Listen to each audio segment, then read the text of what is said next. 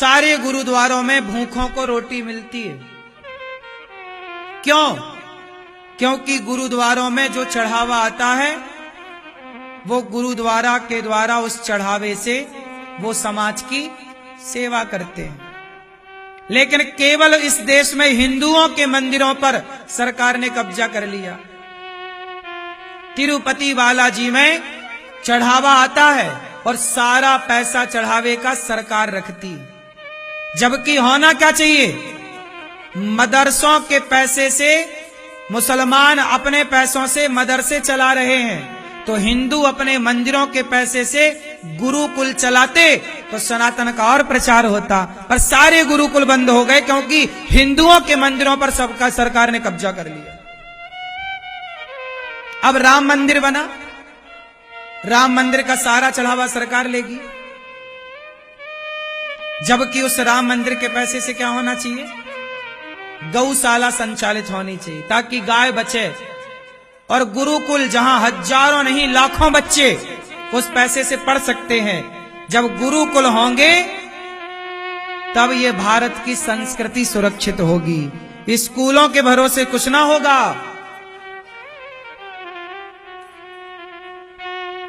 आज तिरुपति बालाजी में आपने सुना कि लड्डुओं में मिलावट हो गई।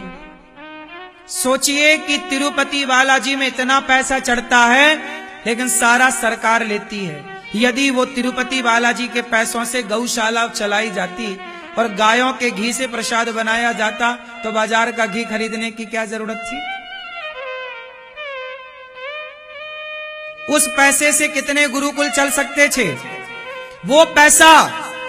वो पैसा आज ईसाई लोग हिंदुओं को पैसा देते हैं, 5,000 ले लो, 10,000 ले लो और धर्म परिवर्तन कर लो। गरीबों में बांट करके क्रिश्चियन लोग हिंदुओं का धर्मांतरण करा रहे हैं। तो मैं पूछना चाहता हूं, तिरुपति जी का पैसा गरीबों में बांट के और क्यों ना उनकी घर वापसी कराई जाए कि भैया वो तुम्हें 10,000 दे रहे हैं, हम तुम्हें 11,000 देंगे, चलो वापस आओ।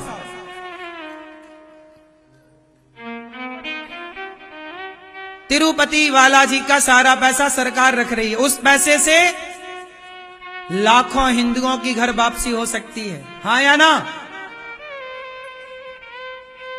लड़ाई कोई लड़ने को तैयार नहीं है। अकेला निरुद्धाचार क्या करेगा?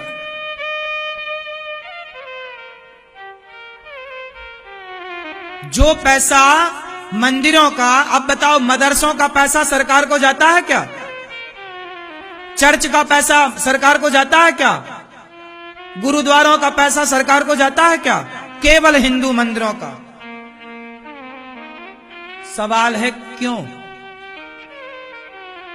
उस पैसे से गरीबों की सेवा करी जाए, जो धर्मांतरण कर चुके उनको बांटा जाए।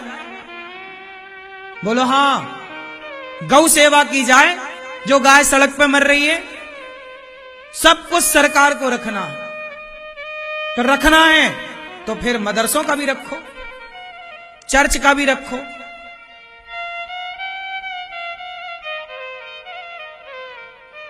अब ये बातें कोई कहता भी नहीं।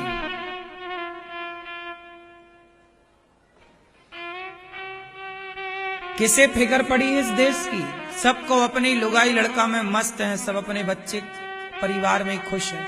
लेकिन याद रखना, देर ना लगेगी। जब हिंदू घटता चला जाएगा धर्मांतरण की आग में, एक दिन तुम्हारे घर तक भी वो लोग पहुंचेंगे। तलवार की दम पर या धर्मांतरण करना पड़ेगा तुम्हें, या कुछ और दम पर। आज यदि तुम श्यामलाल हो तो कहीं तुम्हें भी कल को धर्मांतरण जबरदस्ती करवाया तो क्या करोगे? क्या नहीं करवाया गया मुगलों के द्वारा तलवार की दम पर?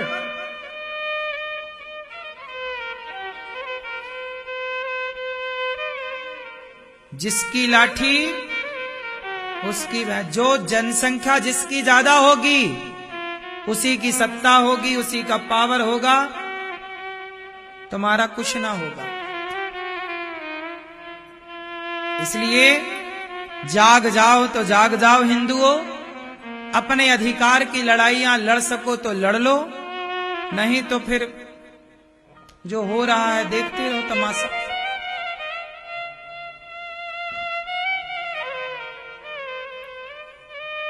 आजकल तो ये बातें लोग, आपने ये बातें सुनी भी नहीं होंगी आज तक जो हम कह रहे हैं।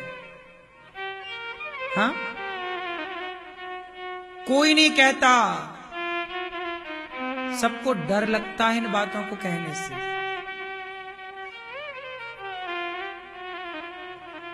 इन बातों को कहने के लिए भी शक्ति चाहिए, पर ये दास अनिरुद्ध तो भगवान के भरोसे है, हमें सत्य कहने में कभी दिक्कत नहीं होती। जो सच है वो सच है, चाहे आपको अच्छा लगे बुरा लगे। क्यों जी? कितने लोग इस बात से सहमत हैं कि मंदिरों का पैसा गरीबों में लगना चाहिए, धर्मांतरण रोकने में खर्च होना चाहिए? क्यों जी? उस मंदिर के पैसे से गुरुकुल चलने चाहिए, आयुर्वेद हॉस्पिटलों को लॉन्च करना चाहिए ताकि आयुर्वेद बढ़े। उस पैसे से आयुर्वेद को बढ़ाया जाए, गुरुकुलों को बढ़ाया जाए, उस पैसे से धर्मांतरण को रोका जाए, उस पैसे से गौशालाओं को बनाया जाए, गौ माता के गोबर से नाना तरह की चीजों को लॉन्च किया जाए ताकि गौ माता सुरक्षित हो। सही है?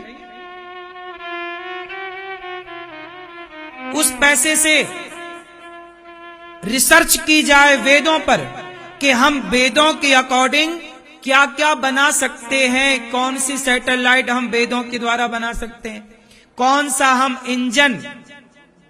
हमारे ऋषि मुनि कितने बड़े वैज्ञानिक थे, हमारे वेदों पुराणों में बहुत विज्ञान छिपा है।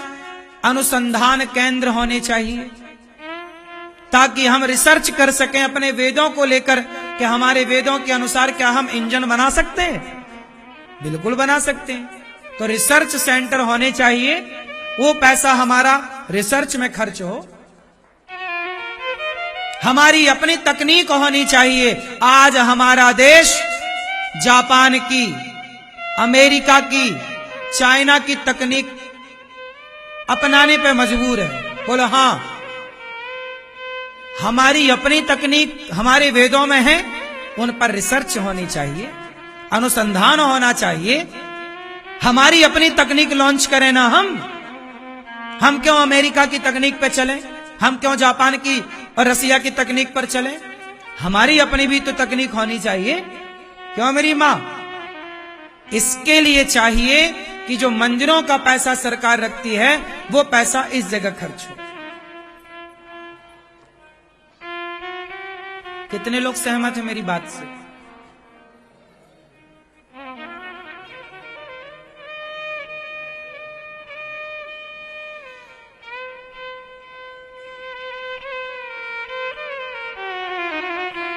तिरुपति बालाजी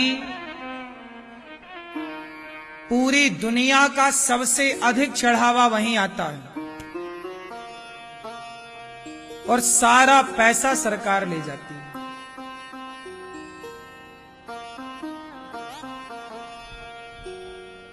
क्या हिसाब है उस पैसे का?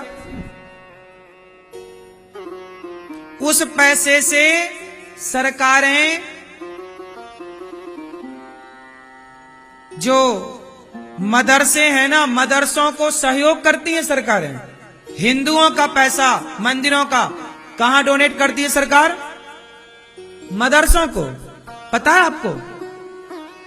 हज जाने में सब्सिडी मिलती। हज भारत में मुसलमान हज करने जाता, उसे क्या मिलती है? छूट। हिंदुओं के मंदिर का पैसा मुसलमानों के हज में खर्च होता है। सोचो, ऐसा थोड़ी षड्यंत्र चल रहा इस देश में, तुम्हें कुछ पता ही नहीं है। हज करे मुसलमान तो उसे छूट मिलती है, और तुम तीर्थ यात्रा करो तो तुम्हें टैक्स देना पड़ता है, सब चीज का टैक्स है।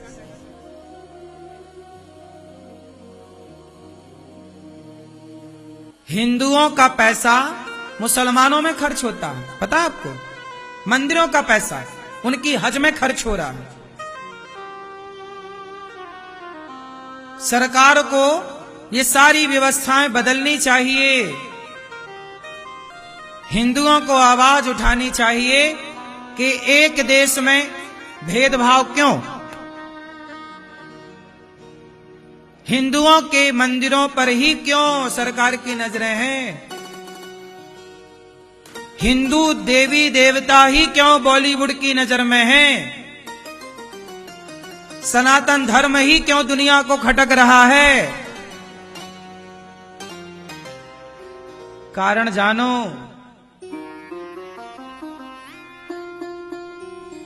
अभी प्रयागराज के कुंभ में मुसलमानों ने कह दिया ना कि यहां हमारी जमीन है वक्फ बोर्ड की। आज चलो, सरकार योगी जी की थी, मोदी जी केंद्र पर हैं। कल कोई मुसलमान सत्ता पर होता और ये लोग कह देते कि वक्फ बोर्ड की जमीन है, तो सरकार यदि उनकी होती तो वो तो कहे थे और कर भी लेते। क्या कर लेते आप?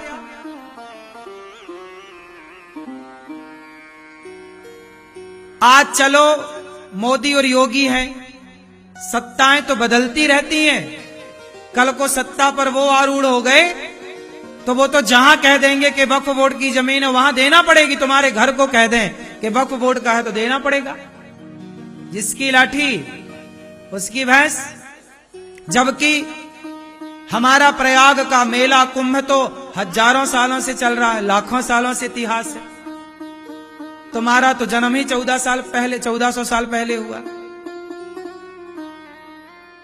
लेकिन उन्होंने मंदिर तोड़कर मस्जिद बनाई ना।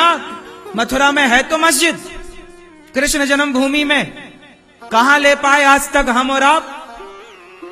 कल को कह दे प्रयागराज में कि सारी गंगा के तट की भूमि वक्फ बोर्ड की है, क्या कर लोगे हिंदुओं?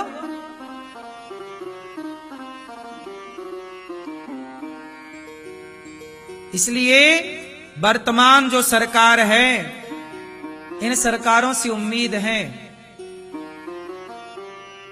कि आप लोग रोक दीजिए। आज इस देश की सबसे बड़ी समस्या है जनसंख्या। क्या समस्या है?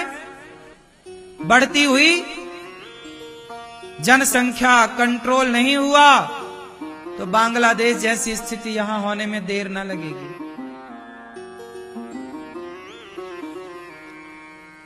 उन्होंने तो अंबानी के घर को भी कह दिया कि वक्फ बोर्ड की जमीन में बना है।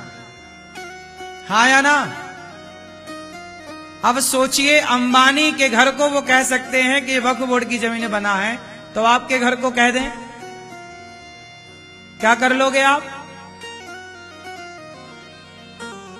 और ऐसा होगा यदि नहीं नियंत्रण हुआ तो, नहीं लगाम लगाई गई तो। क्यों जी? सही है।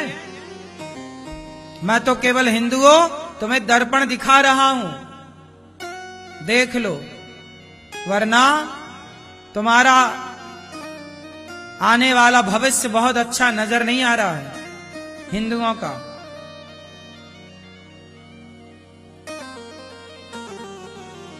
इसलिए कहता हूं, लड़ना सीखो अपने धर्म और अपने अधिकार के लिए।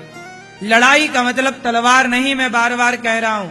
लड़ाई का मतलब अपने सनातन को मजबूत करने की लड़ाई लड़ना है, अपने सनातन को स्ट्रांग बनाने की लड़ाई लड़नी। ये दास अनिरुद्ध देखो, गौरी गोपाल। आज देखो, एक छोटा सा उदाहरण दे रहा हूं। तिरुपति बालाजी का पैसा कहां जाता है किसी को पता नहीं, लेकिन एक अनिरुद्धाचार्य गौरी गोपाल मंदिर में जो आप सहयोग करते हो, आपके थोड़े थोड़े सहयोग से सोचिए गौरी गोपाल में कितना कार्य हो रहा। 500 गौ माता गौरी गोपाल में रहती हैं, 290 वृद्ध माताएं यहाँ रहती, उनकी दवाई। 150 बच्चे गुरुकुल में पढ़ते हैं गौरी गोपाल में, और यहाँ हजारों भक्त वृंदावन में कोई आए, सभी भक्त लोगों के लिए भरपेट भोजन मिलता है। कोई भी फुटपाथ पर साधु पड़ा हो, सबको भोजन मिलता है। देखिए ये है ताकत आप सबके सहयोग की। आप सहयोग करते हो ना, तो अनिरुद्धाचार्य बिना सरकार का सपोर्ट लिए, मैं सरकार से 1 रुपए नहीं लेता, आप लोग सहयोग करते हो। गौरी गोपाल भगवान के पास जो आप आकर सहयोग भगवान को देते हो, उससे इतनी सारी सेवाएं यदि एक सामान्य बालक अनिरुद्धाचार्य कर सकता है, तो तिरुपति बालाजी के मंदिर से कितनी सेवाएं हो सकती हैं इस देश की।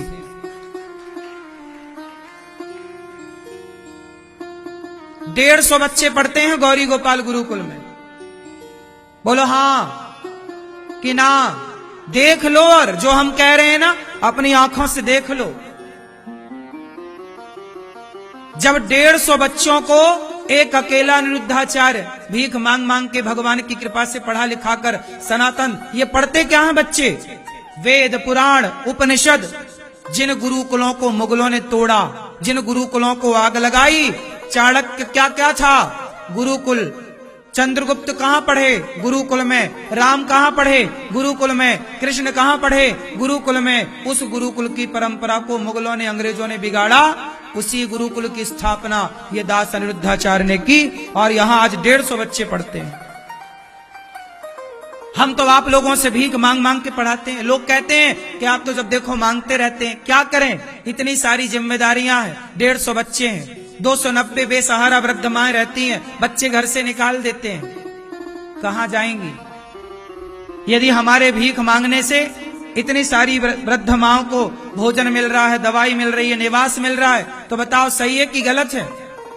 ये माँ, हमारी वृद्ध माँ, टीवी पे आप देख लीजिए, ये माँ 7 साल में इनका विवाह हुआ था, 8 साल की उम्र होते होते ये विधवा हो गई, पति की मृत्यु हो गई। 8 साल की बच्ची, ना ससुराल ना माए का कोई साथ देने को तैयार नहीं। बुढ़ापे की बिल्कुल अंतिम सीमा पर हैं। ये हमारी माँ बिल्कुल अंतिम सांसें ले रही हैं। अब पता है आपको, बिल्कुल आखिरी सांस चल रही है ये माँ की। किसको फोन लगाने जाए कि बेटा आओ, ये वृद्ध माँ बिल्कुल अंतिम सांस ले रही है, ये हमारी माँ। जब मैं इनके पास गया तो बार बार ये बोल नहीं पा रही हैं, इनके मुंह से आवाज नहीं निकल रही, बस अंतिम सांस चल रही है हमारी इस माँ की। आजकल मैं ही, अब डॉक्टर, अब अधिक बुढ़ापा है, उम्र पूरी हो चुकी है, अंतिम सांस चल रही है। आजकल में अब भगवत धाम चली जाएंगी। इनकी सेवा कोई नहीं आ रहा है, ना इनका बेटा, ना परिवार, ना कोई। ये दास अनिरुद्ध ने ही इन माओं को आपसे भीख मांग मांग कर इन माओं के रहने की, इन माओं के खाने की, इन माओं के दवाई की सारी व्यवस्थाएं की। इन माओं का ही बेटा बनकर मैं इन माओं की सारी, यहां तक कि इनकी 13वीं भी यहीं पर होती है। मां मर जाती है, वृद्ध मां, बेटा लेने नहीं आता, देखने नहीं आता, आग लगाने नहीं आता चिता पर।